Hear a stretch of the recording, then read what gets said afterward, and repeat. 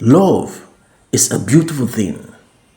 Everyone should experience love in their lifetime, at least once. It nourishes the soul. It creates happiness, internal joy, and peace. But we really cannot control where and how it might emanate from. We may try as much as we can to control it, but on the long run, we tend to discover that we were on a wild goose chase. When love comes, it is like a force. Nothing stands on its way. As long as the love isn't harmful and hurtful, we should allow it blossom. Whatever the race, the tribe, the qualified age and beliefs. This is one of such stories where love was found in shocking situations. Will it conquer or will it be defeated? I think we should find out. In a bubbling city in a western town of Nigeria, there was a young man named Peter. Peter had always admired Eunice from afar. She wasn't just his mother's friend. She was a woman who had seen him through the toughest of times. A tall, graceful woman in her mid-40s. Eunice had always been there for him, even when his world seemed to crumble. Peter's love for Eunice didn't happen overnight. It grew slowly, like a seed planted in the depths of his heart, nurtured by the way she had shown up for him when he was at his lowest. But he knew that loving Eunice was a forbidden thing to do. His mother, Margaret, made that clear on many occasions. Margaret had always been protective of Peter, and the thoughts of her best friend and her son being more than just friends sent a chill through her. Peter is a young, handsome man in his late 20s. He just got a job and was doing very well for himself. Though he still lived with his parents, Mr. Wilson and Mrs. Margaret Coker. They had a wonderful family. They have celebrated their wins and was together during their losses.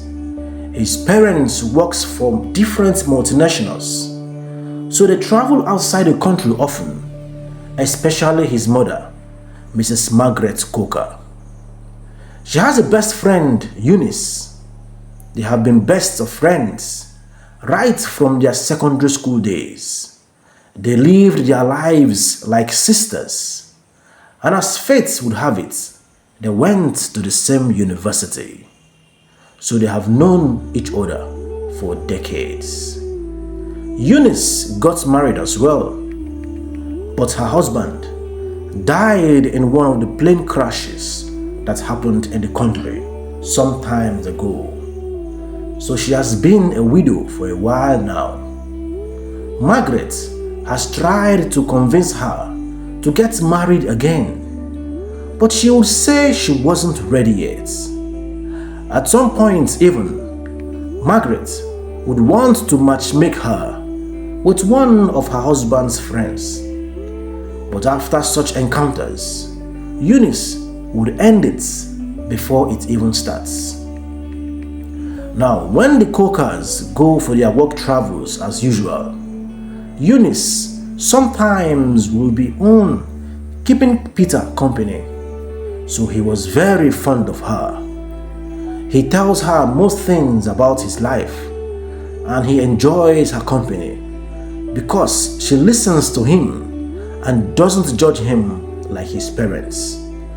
Even about his love life and relationships, Eunice would sometimes give him relationship advice, which usually works for him. But then he found a new girl, Linda.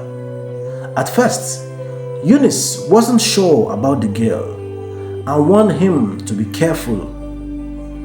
But Peter was deep in love, and then it happened. Linda broke up with him and left him heartbroken. It all began on a rainy afternoon 2 years ago, when Peter's first real heartbreak had shattered him. His girlfriend Linda had broken up with him, leaving him alone, angry and confused. Peter had been inconsolable. His mother did her best to comfort him, but it was Eunice who came to his aid in the way only she could. "Come on, Peter, it's not the end of the world," Eunice had said that day as she handed him a cup of tea. "Heartbreak is part of life, but it doesn't define you. You will heal, but you've got to let yourself feel the pain first." Eunice's calmness, her unwavering support, and her strength had drawn Peter closely. Slowly, without even realizing it, he started to depend on her for everything. The gentle words, the occasional touch on his shoulder, the way she smiled at him, it all started to feel like something more. Peter was 27 years old when he first realized that what he felt for Eunice was no longer just gratitude. It had become something deeper, something he didn't know how to explain. He suddenly began to think about Eunice often. At first, he thought it was just because she has been there for him. But gradually, the feeling started to grow strong. He tried to brush it off, but the more he would try, the stronger the feelings he has for her became. Why do I keep thinking about Auntie Eunice? She is my mother's friend, and her best friend at that. And she is way older than me. We can't be together. I need to delete this thought from my mind, he would tell himself. But as days goes by, the thoughts of Eunice keeps creeping back to him. At first, he started avoiding her. Whenever she comes visiting, he would sneak out just so that he wouldn't see her. Even at the time, Eunice noticed that he was avoiding her. She tried to confront him, but he would escape or deny it, so she waved it off. But thoughts of her weren't going anywhere. He was falling so deeply for Eunice. He was helplessly and hopelessly in love with his mother's 45-year-old friend. So he planned on how to talk to Eunice about it. During the weekend, he visited Eunice, as he does in some of the weekends, and as he was seated, he turned to Eunice and said, "Auntie Eunice, I want to tell you something.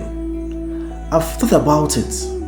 At first, I thought it was a fluke, but every now and then, that has been the only thoughts I had had. I am in love with you. I cannot hide it again." Eunice raised her head in shock, her heart racing fast. She couldn't get the right words out of her mouth. Then she finally opened her mouth. "What did you say, Peter? You are in love with who?" "You," Peter continued. "Ever since my breakup with Linda, I have thought about it. Why am I looking for love far away when love is staring at me right now? You understand me. You care for me. You are always there. I enjoy your company, and you have a pure heart. I really don't care anymore. I've fallen so deeply in love with you, and I want you to give us a chance." Peter, I am your mother's friend. I am older than you with lots of years. How is this even possible? Please, I need you to stop this right now. I like you, yes. You are a brilliant young man with his future ahead of him. You can get any beautiful girl you want. Please, Peter, don't cause problems between your mom and I. Age is just a number. And besides, I am a man. I can make my own decisions. No one should tell me who I should be with. Eunice, I don't want any beautiful girl. You are the only one I want. I know you like me too. I am begging you to allow yourself to love again. I promise to take good care of you and be the man you need in your life. My mother will understand. My love is stronger than anything. Peter spoke with love in his eyes. With that, he stood up and left, leaving Eunice and her thoughts all alone. When he left, different kinds of emotions were running through her mind. She wasn't expecting to hear this from Peter. He is her best friend's son. Margaret would never agree to this, she thought to herself. That night, she couldn't sleep. The words Peter told her kept hitting her like a hammer. And all of a sudden, she started to see what he was saying. She began to reflect on all the times he had spent with Peter. She observed that she was always happy whenever Peter was around her. She would always want to get him gifts. She enjoys it when he compliments her.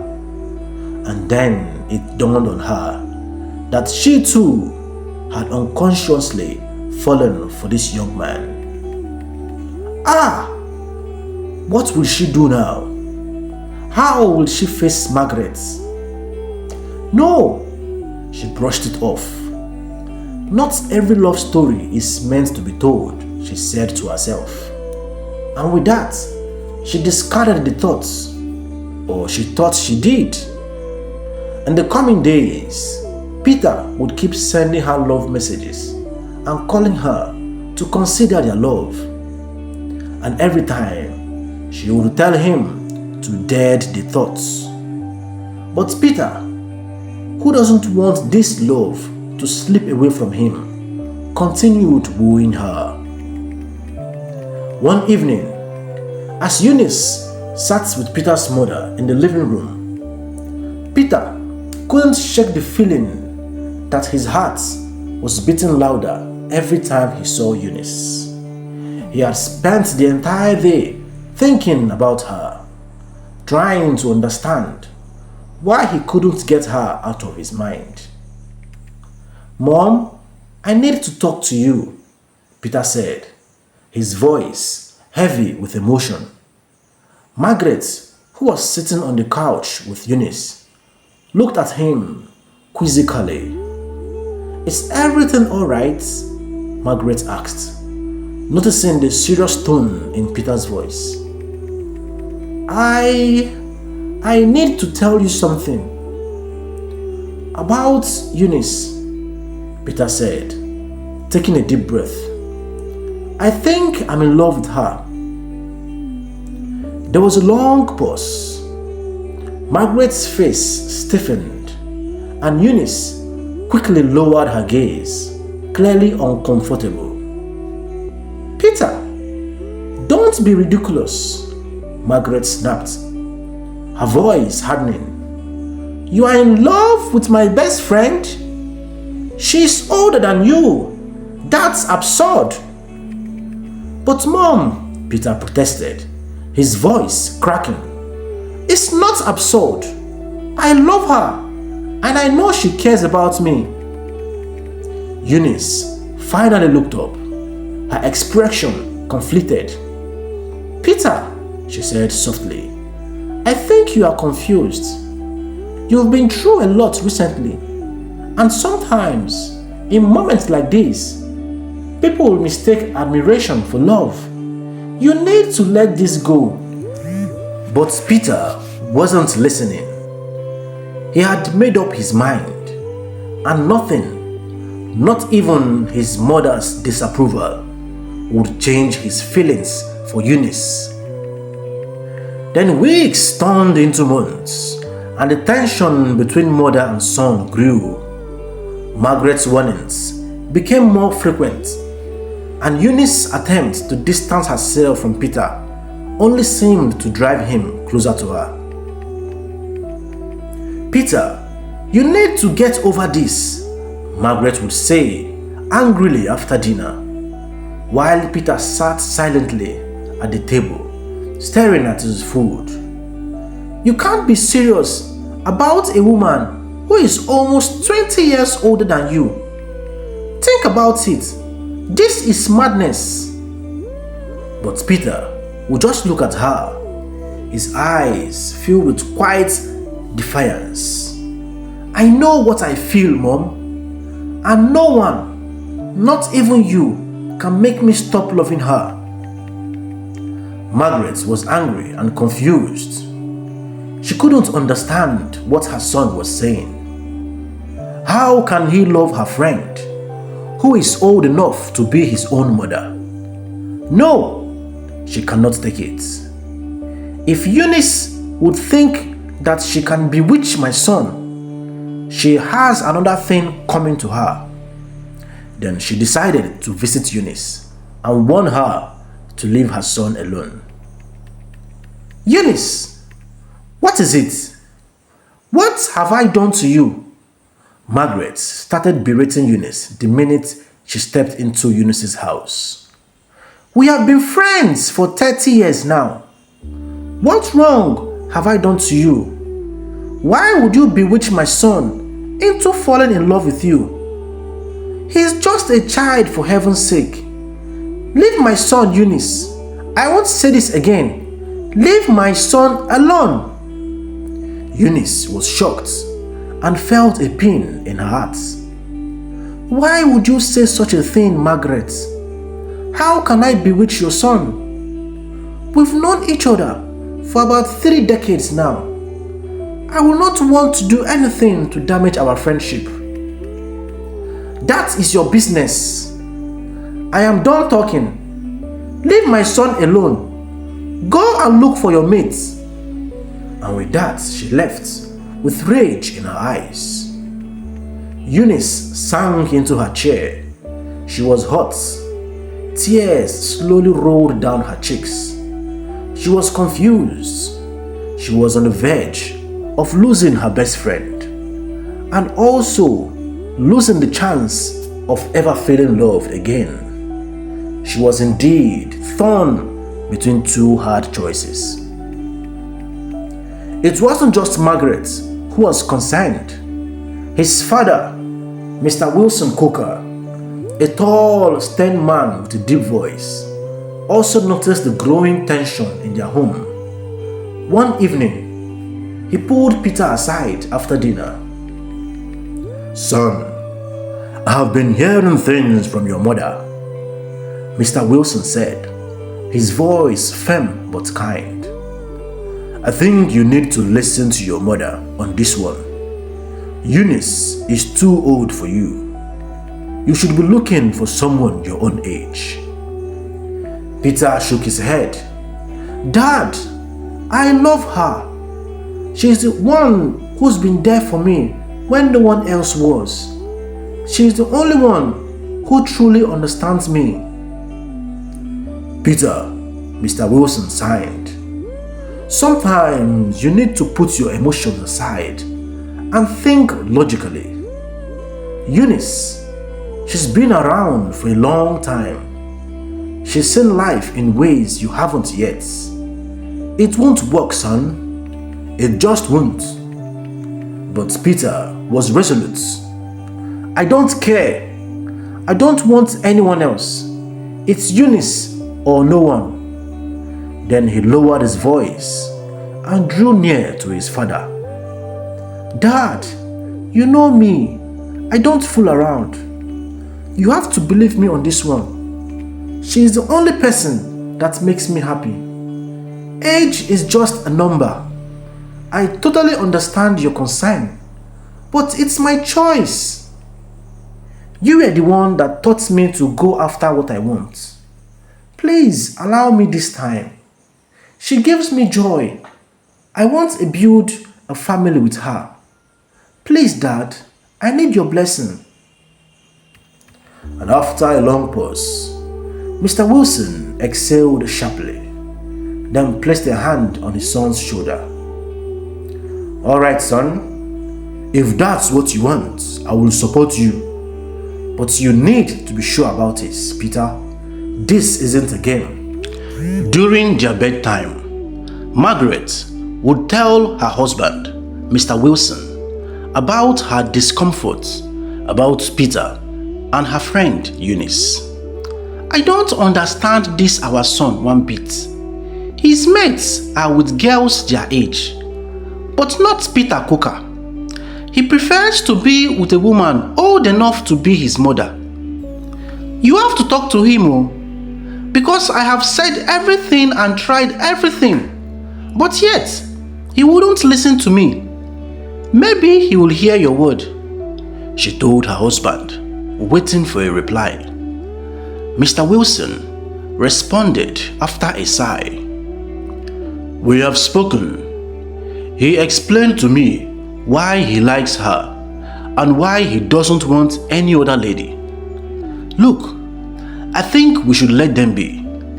If Eunice likes him as much as he likes her, who are we to stay in their way? After all, he is a man and old enough to make decisions for himself. Margaret raised her head in shock.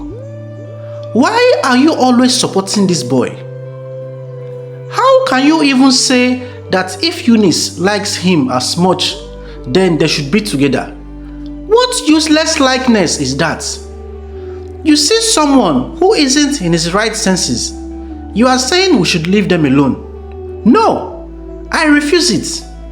Eunice cannot bewitch my son and think I will keep quiet.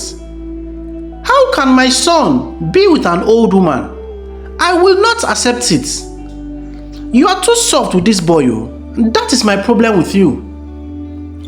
Mr. Wilson, knowing that he wouldn't win this one, slid into his bed and decided to sleep off, leaving Margaret as she continues complaining and reporting. Despite his father's reluctant support, Margaret's disapproval didn't waver. Peter's life continued in a strange limbo, where his love for Eunice was both a source of comfort and a source of constant conflict. Margaret's and Eunice's relationship became sour. Margaret would have nothing to do with her. She wouldn't pick up the phone when Eunice calls her, and would not even allow her into her house. Eunice was sad because she has lost her best friend. Her face became gloomy and wan, but interestingly, she began to reciprocate Peter's love. She agreed to give them a chance. Peter was the happiest man on earth. They would meet each time at secluded places and spend time together, just like lovebirds. But they were in the secret because Margaret must never know until all is being resolved. Then, out of nowhere, tragedy struck. Peter fell seriously ill. It first started with a mild fatigue, then swelling in his legs, followed by difficulty breathing. His mother and father rushed him to the hospital, where doctors diagnosed him with kidney failure. He needed a transplant, and very fast at that. This was a nightmare. Peter's condition worsened with each passing day, and soon doctors were warning them that time was running out. The only solution was to get a donor match. But despite searching for a match, no one in the family was compatible. It was then that Eunice, who had been coming to visit Peter regularly, offered herself as a potential donor. "I've gone through the tests," Eunice said quietly one evening, her voice trembling. "I am a match. I can give him one of my kidneys." Margaret exploded in anger. "You want to give him one of your kidneys? Over my dead body, Eunice. Do you think I'm going to allow that? No, I will never." "Margaret, listen," Mr. Wilson interjected, his voice calm but firm. "We don't have time. If Eunice is a match, this may be our last chance to save our boy. We can't afford to be prideful right now." "No!" Margaret shouted, tears streaming down her face. "Not Eunice. She is the reason Peter is in this mess in the first place. I will never let her do this." But as days passed, Peter's health deteriorated. He was barely conscious, his body weakening by the hour. The doctor said he wouldn't last another day without the transplant. In a moment of despair, Mr. Wilson stood before his wife, his face hard with determination. "Margaret, if anything happens to Peter, I would hold you responsible. He is my son, and I will do whatever it takes to save him, even if that means accepting Eunice's help." Margaret's heart cracked. She didn't want to admit it, but she knew he was right. Eunice was their only hope. And with a heavy heart, Margaret finally agreed. The transplant happened in a blow.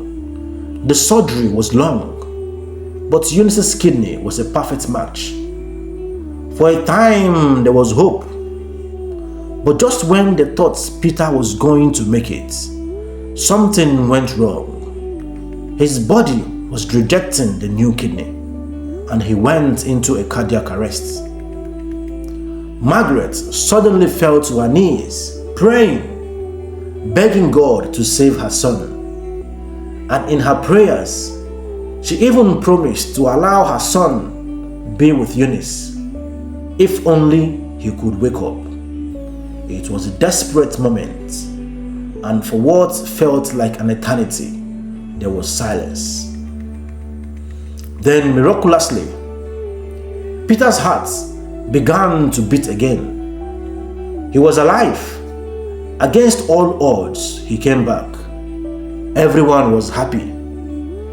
Mrs. Margaret Coker rushed her son and hugged him tight, thanking God for bringing back her son.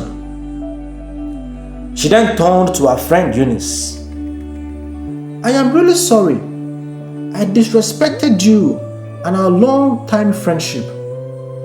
With Peter's health challenge, my eyes are now opened, and I realized that life is short. It can end anytime without notice. So it is better to live it and be grateful for the moment we have. As a mother, it is hard to accept such decisions. But who am I to stand in the way of love? I am truly sorry, my friend. I apologize for treating you the way I did. I give my approval to your union. I pray you both get the happiness you deserve. And as the days unfold, may we all be blessed." Eunice hugged her tightly, with tears in her heart. She told her thank you and promised to take very good care of Peter. Peter was just lying in the bed, watching the two ladies as he was smiling. Eunice came over to him and hugged him too. Peter then whispered into her ears, "We are free." Mr. Wilson Coker went to hug his wife and thanked her for understanding. Months later, Peter had fully recovered. Eunice didn't leave his side during his recovery period. Now their love blossomed so much. Peter was doing great, and his parents marveled at his transition. Peter and Eunice were married in a small ceremony. The love that had once been forbidden had finally been accepted. They moved abroad to start afresh, far from the town that had been the source of so much heartache. There, Peter and Eunice started a family, and 2 years later, they were blessed with twins, a boy and a girl. Peter found happiness with Eunice, and despite all the obstacles, love had prevailed. Love is a beautiful thing. It knows no gender, no race, no age, no limitations.